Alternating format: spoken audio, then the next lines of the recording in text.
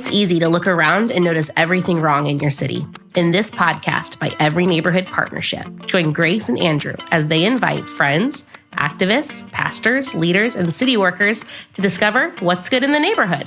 Join us for insightful conversations that will encourage you to see your city and its people in a new way.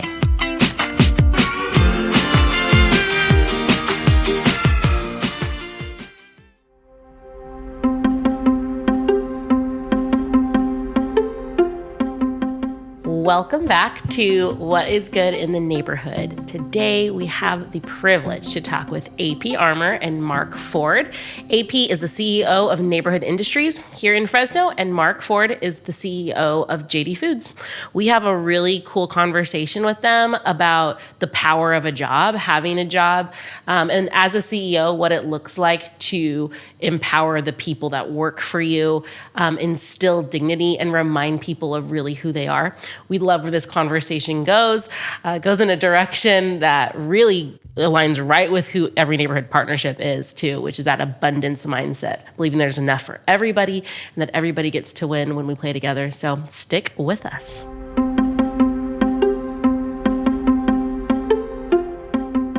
Welcome to What's Good in the Neighborhood. Grace, this is our last podcast in this office.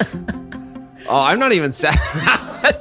I need the graduation song by Vitamin C playing in the background. Yeah. The Verve was my 8th grade graduation, that song. Yeah. I love that so much. I am sad. I love this old house that we get to be at on L Street downtown, but good things are on the horizon. Yeah. So the news there, and you hopefully have visited us at our new office, but EMP for the last 15 years has just, kind of gone around town, different places. We've been here on L Street for about the last 7 years.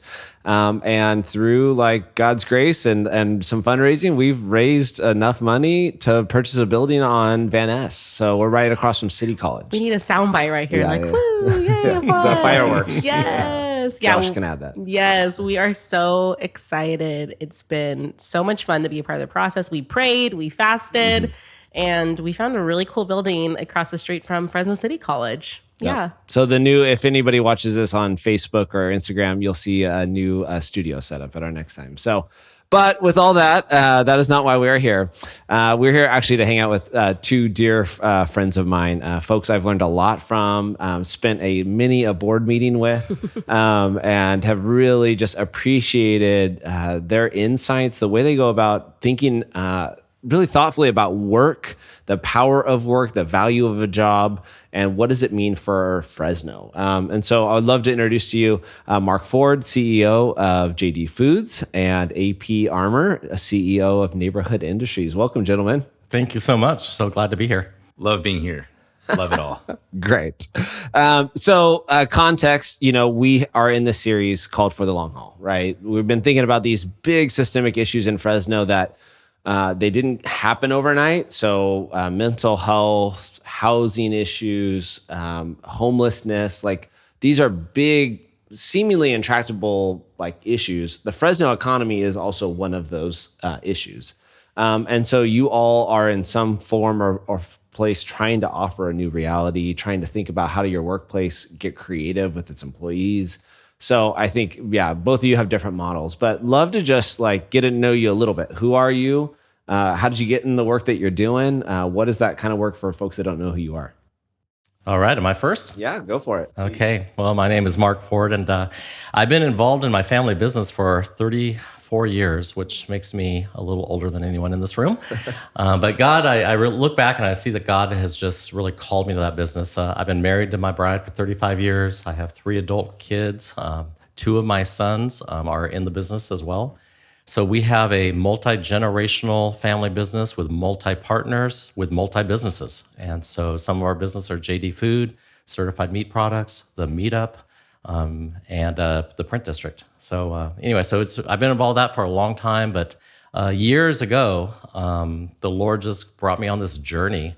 And I feel like I've been on this journey for a lot of years, but I actually still feel fresh. I feel like every day God is teaching me something. And he started out by my own spiritual journey began, so Hume Lake had a big part of it. And so I spent a couple years on the board at Hume Lake many, many years ago. And then I transitioned off of that, and God clearly said, no, I got something else for you, and I want you to be involved in your community.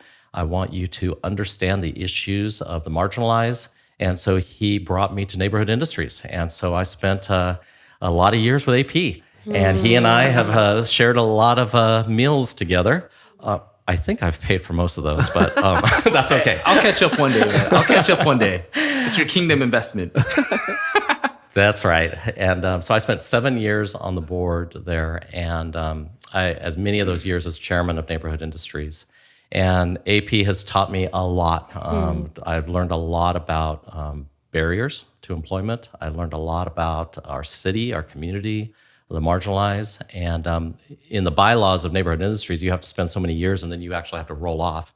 And so I took it seriously. I rolled off. I spent a year in prayer and said, okay, like, what does the Lord have for me now? Do I go back to Neighborhood Industries? And he didn't. He had me go to the Fresno Mission. And so in 2019, I became a part of the Fresno Mission. I am there today. I'm on the board there. I just rolled off as chairman of the Fresno Mission.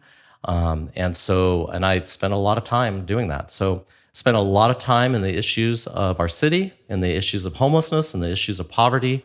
And then I'm an employer. And so how to bring that to our community and what that means, it's been a journey. Yeah. I took a theology of work class when I was getting my master's. And around that time, I got to know Mark. And I think, what I've also just appreciated is the thoughtfulness at which you think about investing in your people and creating a workplace that is unique and thriving. And then to give people these like really upward mobility type of roles and jobs and to see them thrive and grow. And so it's just, always been fun to see how you do that. So I appreciate that, Mark. AP, who are you? Oh man, just a dude doing things, man. Just a dude. I can't, I have to say, like, my journey it's been interesting. I think to say the least, I think I had been in Fresno almost 20 years. And the best parts of my life have been spent in this city. And, I think my journey into like my work, like being an employer, what we would call ourselves like a second chance employer, running our programs. I think it's to use the language of like my calling. Like I never fit in classrooms. I barely graduated high school. Still have not finished college. I will do that one day. But I think like entrepreneurship and business has been such a big part of my life. And I think my upbringing gave me a unique perspective on like, I am a person that came from poverty. Like I was orphaned when I was 12.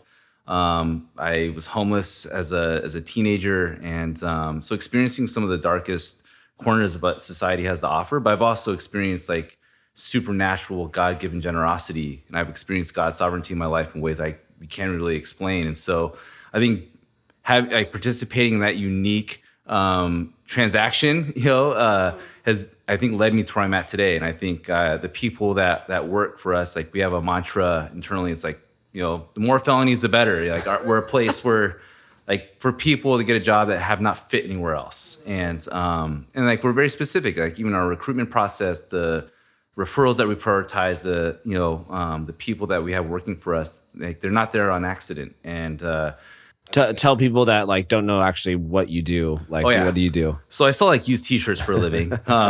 We have Neighborhood Industries. The easiest way to explain, we're a hyper local, very intentional, like Goodwill. We have a couple like retail operations. We have a pretty sizable like wholesale facility. We take people's excess and donations. We treat that as a commodity, and we use that commodity, get it to market through either retail channels or wholesale. It's a business. It's a pretty big business globally, and we're just one small player in that. So we have Neighborhood Thrift, which is our flagship thrift store in the Tower District. We have Neighborhood Recycling that handles most of our salvage operations. And we do a lot of we have a showroom, Black Marketplace, boutique, but most of those customers are actually like in Los Angeles, in the Bay Area, buying North American Levi's, vintage T-shirts, cotton poly blends. But our purpose is to employ people that have like really high barriers to employment. So the chronically homeless, people who experience, who are system impacted, formerly incarcerated. It's just the people that truly need a job. It's not even a second chance. Sometimes it's a seventh or eighth chance. But, those are the people that we try to work with. And, we really thrive in the space. Like, I think the individual, like in the career pathway, like there's a job, a better job, and a career. Like we're a job, like show up most of the time, learn things like stealing is not a good thing to practice. You should not yell at your boss. Totally. Like even having the hard conversations, it's like good employees will typically make good like spouses or good neighbors, and vice versa. Like if you're going to show up to your kid's baseball game, you're probably going to show up to work on time, And so I think we try to be a place where we use the workplace as an environment for someone to learn how to just succeed and integrate into normal society. It's been amazing. I was a board member for many years, a couple times, and these are not like random stories. These are people I know and have now watched like a 10-year arc of their story, right? Where Neighborhood Industries has played a vital place for them to be able to buy their first house, to get to a better job, or people that came in, like just out of an abusive environment are now managers and directors. Like it's unbelievable stuff. So cool. Like context again, like, I think as I hear and see the news, like we hear, what I have heard in meetings and places is that Fresno is a place that does not have a ready, willing, able workforce. Like we are under educated, and like a big company can't just move here. Like what are the systemic issues you see when you think about like job readiness in the Valley? Like what are issues that Fresno is dealing with from either of your lenses? You want me to tackle that? Go for it, Mark. Yeah. Just a small question. Yeah. Just a small question. First, I don't buy into the fact that we don't have the right people. I think we have the right people. I agree. I think there is so much potential out there. I think a systemic issue, though, there's one issue of poverty. A worse issue is poverty mindset, and I think there's a poverty mindset is a generational issue, and it's really driven by a lack of vision. And so a poverty mindset says, yeah, this is the way it's always been, this is the way it is now, and this is the way it's always going to be. And this is just like I accept it, and I just like this is as good as it's going to get. And I think that we are guilty of that. And I think that do you think that is an issue that is folks in poverty and people in leadership too? Because like I think I hadn't really thought about that, but I'm like, I think people in leadership have that too. Like this is as good as Fresno's going to get. Yeah, I mean, as it relates to that, like I think there's a lack of hope and a lack of like potential. One verse that has just come out and really I've wrestled with, and it's just a great verse. It's found in Proverbs, but it says that there is abundant food in the fallow ground of the poor, but it has been swept away by injustice. And when you think about, like, I had to look up the word fallow. I'm not that smart, but fallow ground is like ground that is ready to produce, ground that is ready to produce. And so I really believe that is a truth.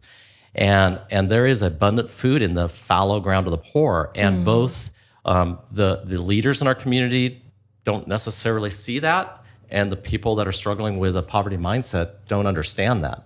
And so it takes someone to come alongside and cast vision. And so I think that a systemic solution would be for us to be able to cast vision in someone's life and be able to help them overcome their barriers and to proceed in that vision. So that just deeply reminds me of, like, we believe that people have God-given assets, that everyone has something to offer.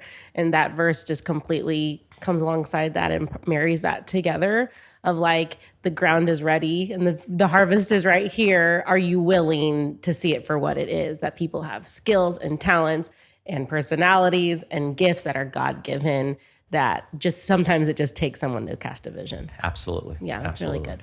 Yeah, I 100% agree with Mark. I think being an outsider coming into Fresno, and I've said this before, like I love this area. I love this city. Like you show up with a whisper and still have a voice in a place like this. And that brings a lot of power. And I think the issue isn't just like people, I think, focus on the byproduct or the superficial levels of the issue, like the symptoms, so to speak.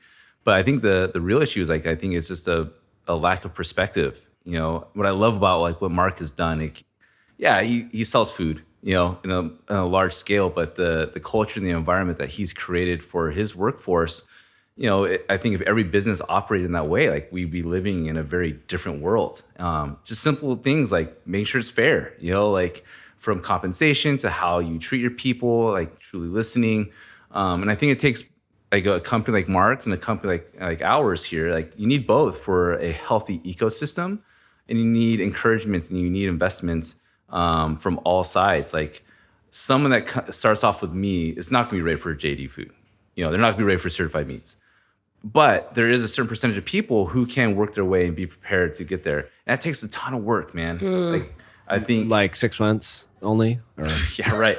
Yeah, it could be as fast as 6 months, but like if you're an 18-year-old and you're coming from an abusive home environment and you choose to be on the streets, yeah, there's a lot of barriers, but those issues are much easier to deal with than somebody who's in their 50s, who's got a solid decade and some change on the streets. There's a lot more. It's kind of like a cavity, like your tooth, your mouth saying this hurts.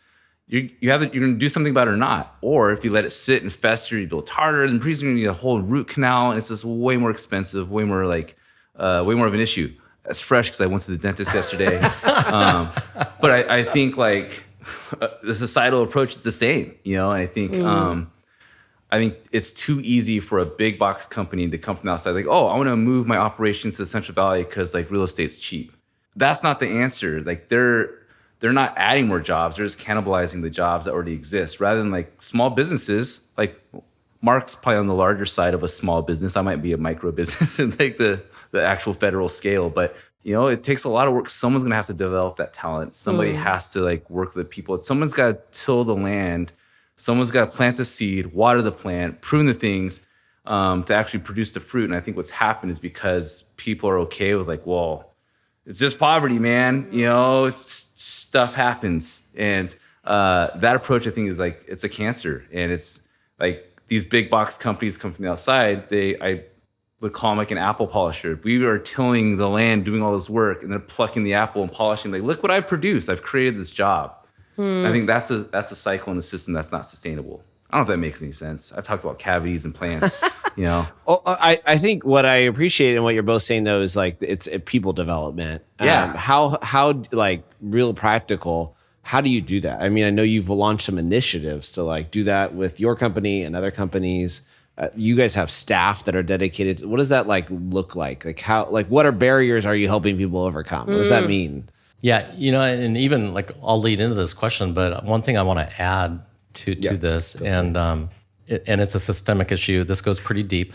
And before I even say this, I want to go on record that I'm not saying that raising the minimum wage is bad, but I do want to say that one thing I learned from AP years ago, and he kind of said this, but I'm going to say it even better because I'm going to spend more time on it. But he taught me the ABCs of work. So a job, B, a better job, and C, a career. And he brought it up, but those are stepping stones. So it used to be where you would start out like pretty young, like the workforce. I mean, way before my time, my dad started when he was 12 years old. He told them they were 16, but he said it was 12 years old. And so you would start out this job, and let's just call it fast food. And you would have this job, and there would be this inner voice inside of you that says, okay, this is a job, but I don't want this job forever. Like I want to like move on. There was something inside of you called drive that actually caused this to be a stepping stone and have a desire to move on to the next step, a better job, B, and then eventually a career. So where I am against the concept of raising everyone's wages is when we are satisfied at a fast food place. Like when I feel like my career path is, and I love Starbucks, nothing against Starbucks, but I want to be at Starbucks about 36 hours a week and I'm good. And it doesn't matter like what minimum wage is. If at 36 hours a week at Starbucks, you are not good. Like you need to go beyond that. And so the systemic issue that I'm more concerned with as a society is stealing our drive, because our drive is what takes us to the next point. A worker's appetite works for him. That's what Proverbs says. And so anyway, now back to your question about what do we do. Again, it goes back to that casting a vision. I have sat in front of countless employees, and I've literally used these words. I said, I only wish that you would think of yourself as highly as I think of you and your capacity and your ability.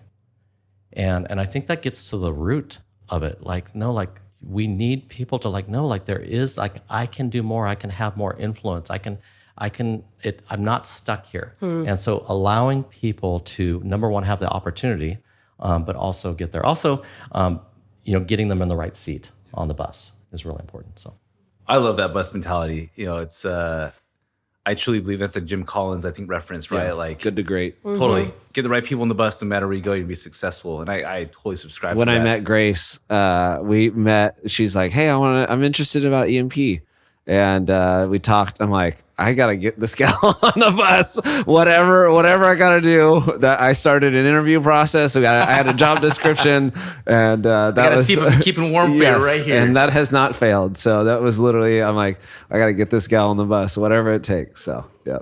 No, I think just to piggyback on what Mark is saying, because I think there's a lot of truth in that. I think what poverty has done at the deeper levels, I think it's robbed people with like the foresight to even have the idea that there is like that they can have drive for something. Because I think it's like letting people know like you're worth so much more than what you see, and you have something to offer, you have something to contribute, and that's a cultural thing. Like Mark's in the middle of a multi-generational company, and I love learning and like understanding those things. That doesn't happen on accident. That's a cultural thing. Like people, like I said, man, if more companies operate like a JD Food certified, I put Cal Custom Tile in there. Like there's so many great businesses that operate in that way.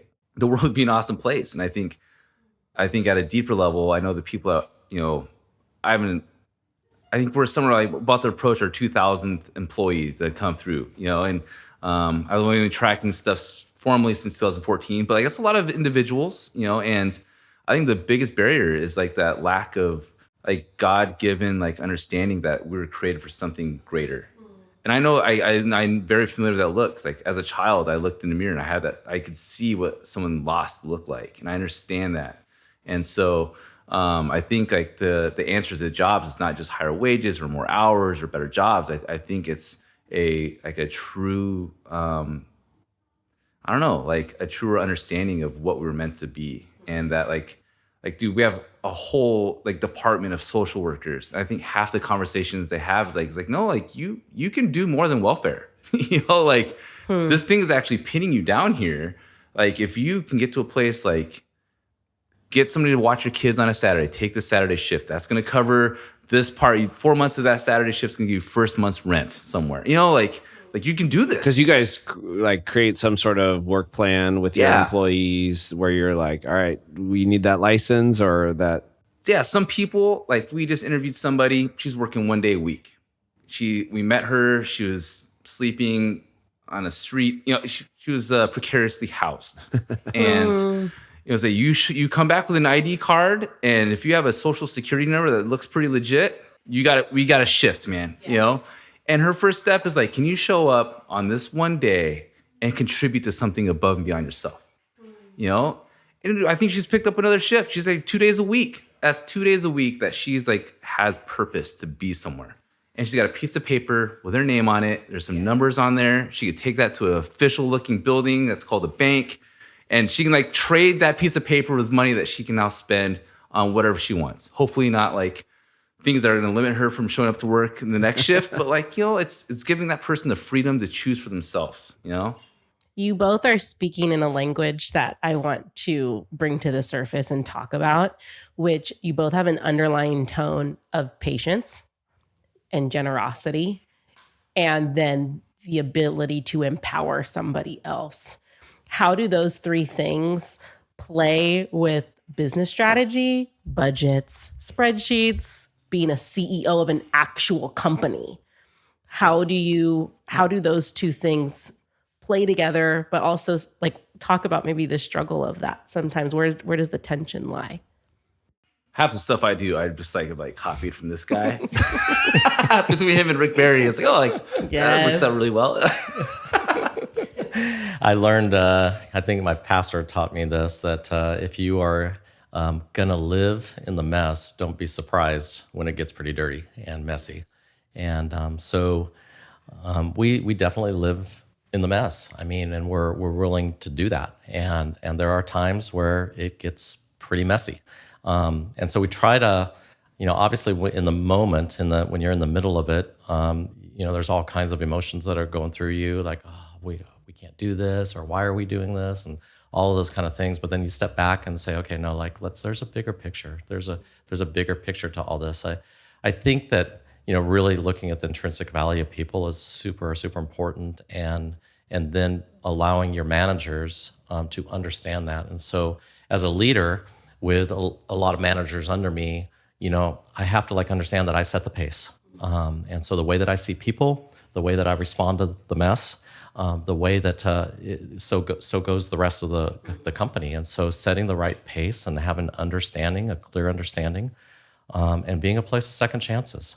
We definitely, if you looked at our HR system, we definitely have a hire date, rehire date, second rehire date. We're willing to do that, Yeah. and that's okay. And you've got to be willing to do that. And so we had this funny story. AP kind of said it, but we had a new, I think his title was business manager, and he and my brother. My brother is the operations manager, and he's completely awesome when it comes to giving people second chances and helping people in ministry. He actually spent 17 years in the ministry.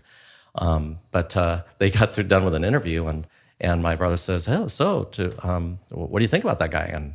And he looked at my brother and goes, "Well, no, he's got a felony."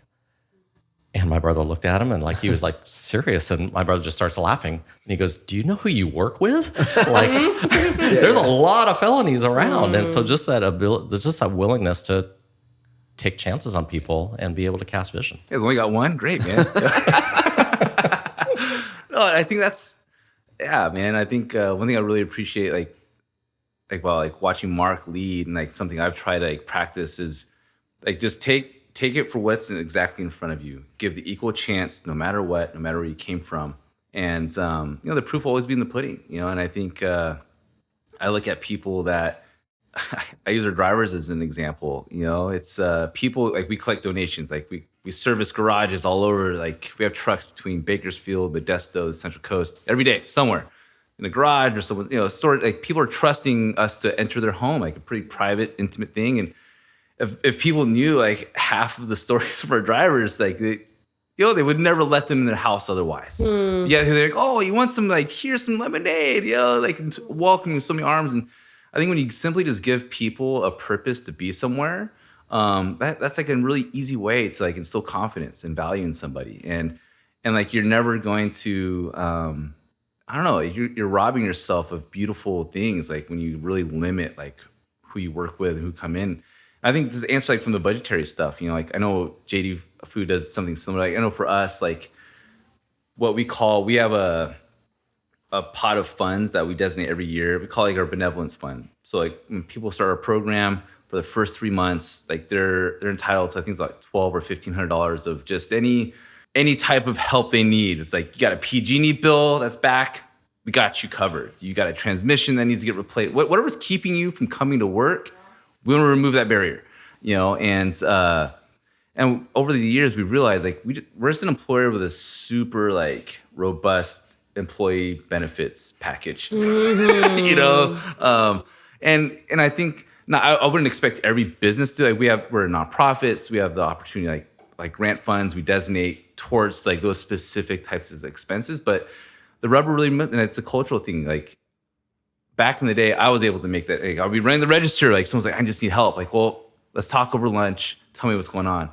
Now it's impossible for me. There's new people on our schedule every single day. I have a hard time. I'm very intentional about this. I look at every square foot. I manage by walking around, and I just getting to know every person's name. But having a team of people, it's their responsibility to make sure that employee has everything they need to be successful. And that doesn't happen on accident. That takes planning and budgeting, and our X-Mod and our insurance, workers' comp is higher than most retail places because I got people I'm not even sure we should trust moving traffic, but they're experimenting on a piece of equipment, and we're the place to make a mistake. Well, but what I hear in there is there's an additional and I've heard you use this term, but there's an additional thing at the bottom line, right? If business is set up to just maximize core profit, and we are trying to get as much out of these people in this place, Like if it's just the amount about the amount of money, we're gonna miss the people along the way. So there's an extra value in your like bottom line number. It's definitely changing the metric for sure. I'm glad you brought that up. I think Mark, you would definitely, I think you practice like it's people, it's planet, then it's profit. You need all three to be successful. Like all three have to exist.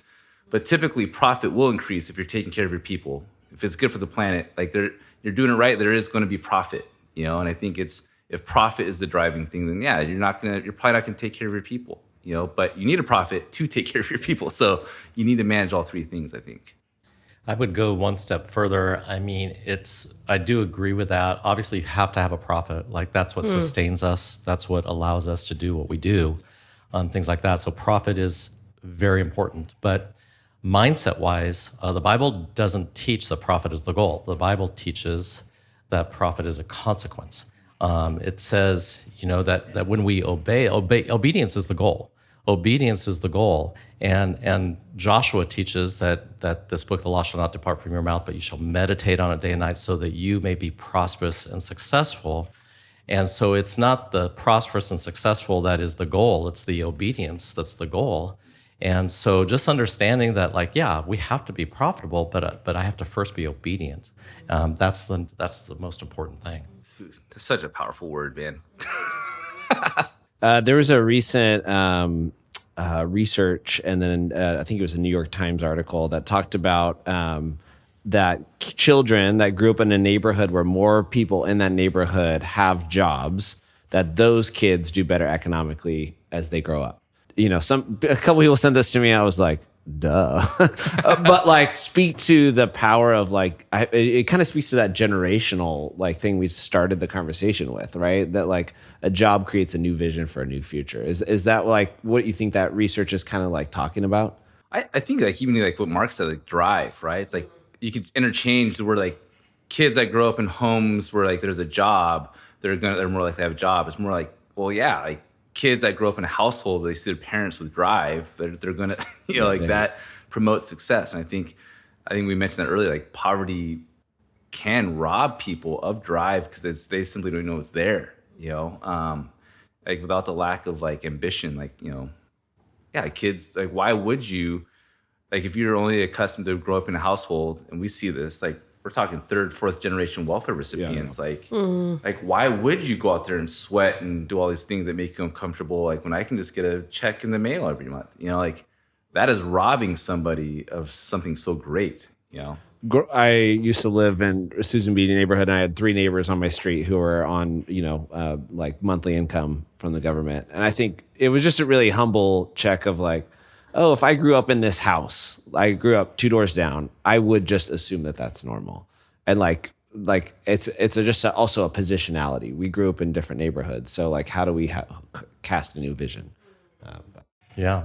I think, I say the same thing, duh. It's kind of interesting. I saw that, and this article was actually sent to me by someone at the exact same time. So I've gotten this article twice. And, it is a kind of if you think about it, it's obvious. But I think the short message is environment matters.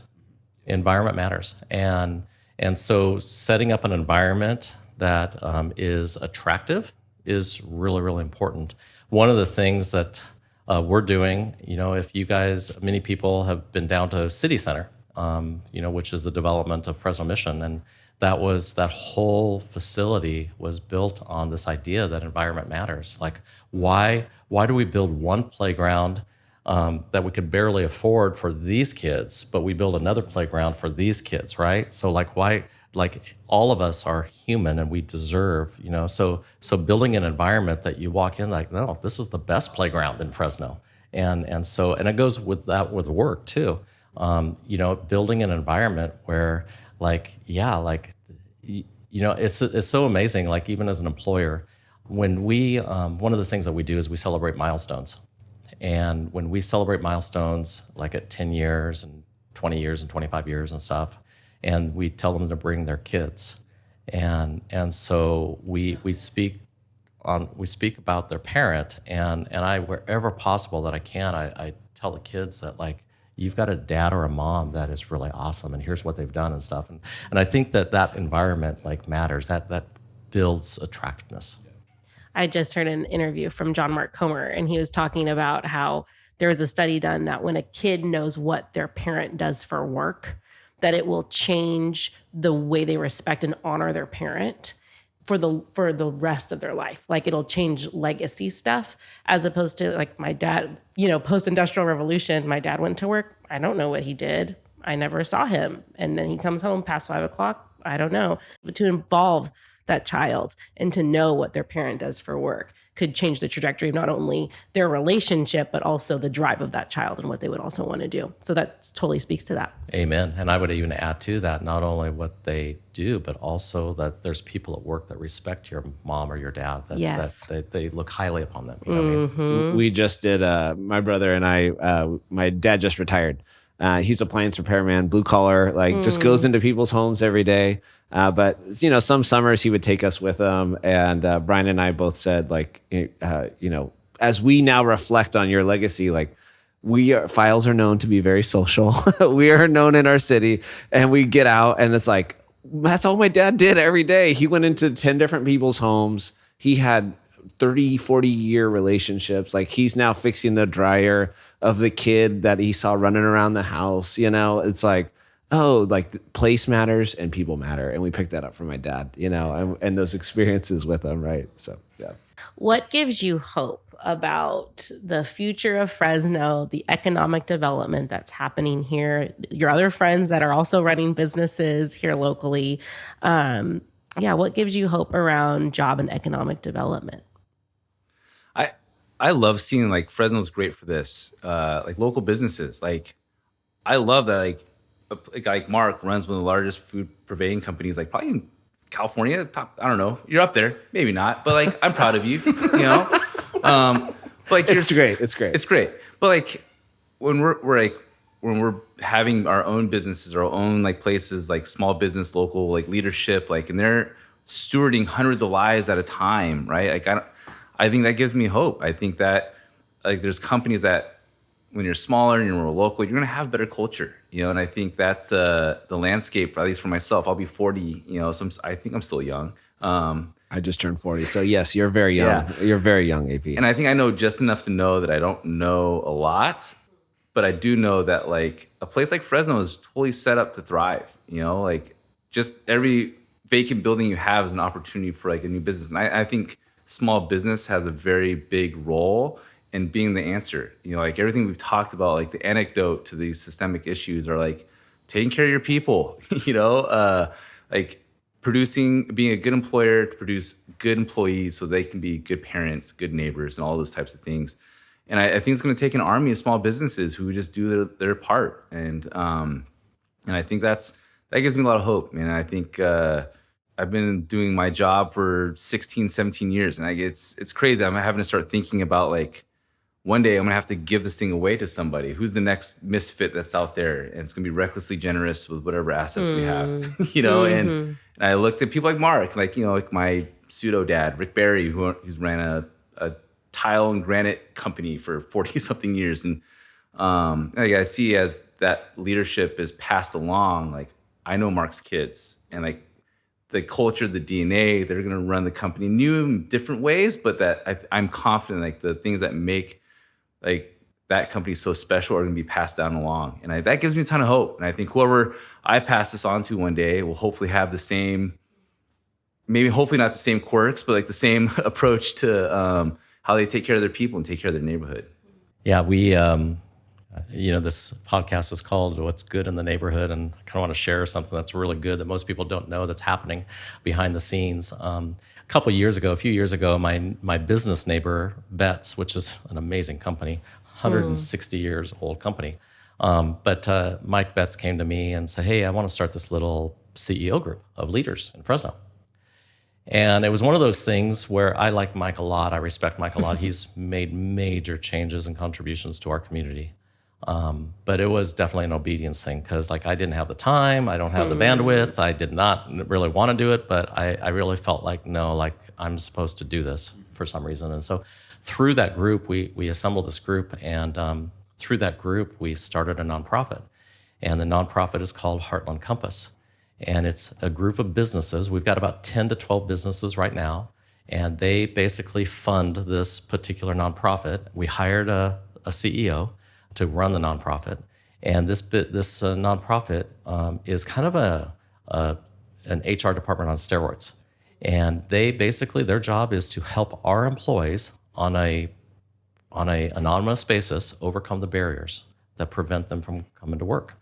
And so whether that be anything from a financial, like my PG&E's shutting off my power, to I want to become a U.S. citizen, to whatever it is.